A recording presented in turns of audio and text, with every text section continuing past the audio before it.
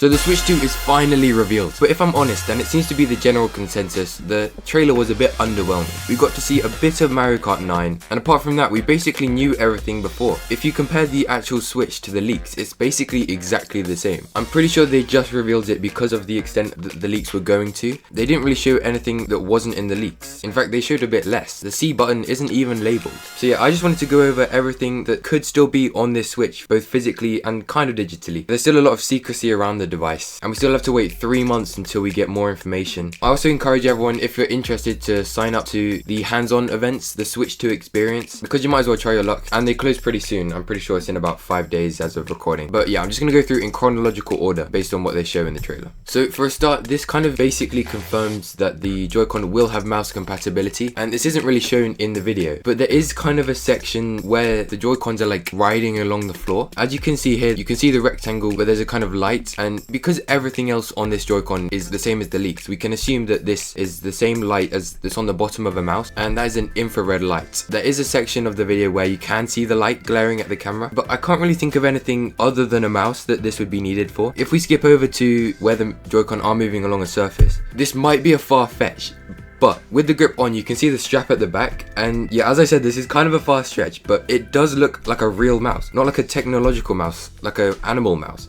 I just thought that was funny, because they're like scurrying along the floor, but it also shows like the lack of resistance against the surface, so I'm assuming these straps will decrease the resistance, and they'll glide along surfaces with a bit less friction. I've seen people worried about surfaces this will be able to and not able to work on, but I feel like this isn't designed to be the main use of the Switch. Like when you're sat on your sofa playing a game on your TV, you probably won't be using this mode. This is more for like if you're at a desk and it'll be like an extra. I doubt there'll be many games that exclusively use the Joy-Con like this. When the Joy-Con come out of the grip, you can see them like slide away, which shows that they might have some kind of ball bearing, or they just have barely any friction at all because of the way that they move. And you can also see that they have a hole in them at the bottom, because if you wanted to use them as a mouse, you'd need that infrared light to go through, which further confirms that it might be used as a mouse. I'm 80% sure these will be used as mice. I don't know whether you'll use just one like a mouse or you'll use both. I can't think of a way to use both of them. Actually, I guess it might be for left-handed people. Another thing we found out, which I found a Reddit post, which I'll put on the screen right now. There's a render of the Switch 2 on the website, which is separate to the trailer, and it shows us a little bit of extra stuff. Obviously, there's 2 USB-Cs, which is exciting, but that was shown in the trailer. You probably know that. There's actually a microphone on top, which I'm not sure if it's an actual microphone or just a slot to put a microphone in, but what this basically does is confirm voice chat, or if not, at the very least, we'll have games with voice chat embedded in them. I can imagine a party like within Splatoon specifically, not the Switch OS. A lot of people have also said that the C might be for some kind of community thing, for like, I don't know, streaming or recording something and then uploading it like a Miiverse style social media. It would also be funny just like clipping a video of you playing a game and your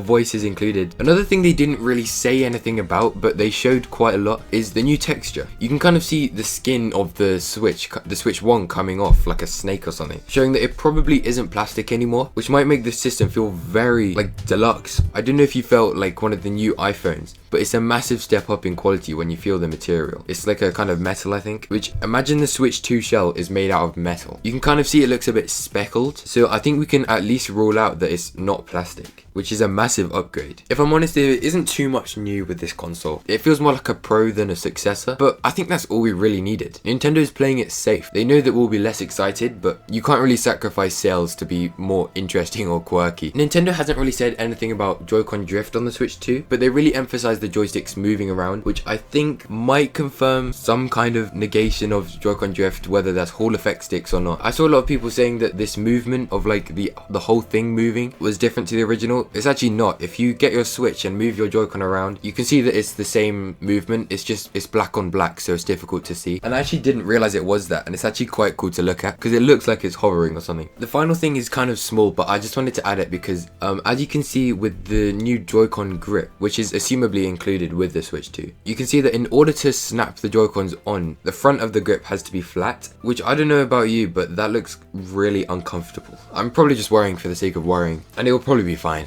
I just wanted to say that. But nevertheless, I'm very excited to get my hands on a Switch 2, and hopefully I'll get into the Switch 2 experience in London. This will most likely be my final video on Switch 2 until more news is announced, because although this is a big deal, I haven't really got anything to say about it because it's so safe. I'm also annoyed I didn't get to film my reaction, but when this was announced, I was so excited. Like, it's called the Switch 2 first look trailer now, but when I refreshed my page, it said something like a message from Nintendo. But then I spent the rest of the day watching other people's reactions. Well, anyway, that's it for this video.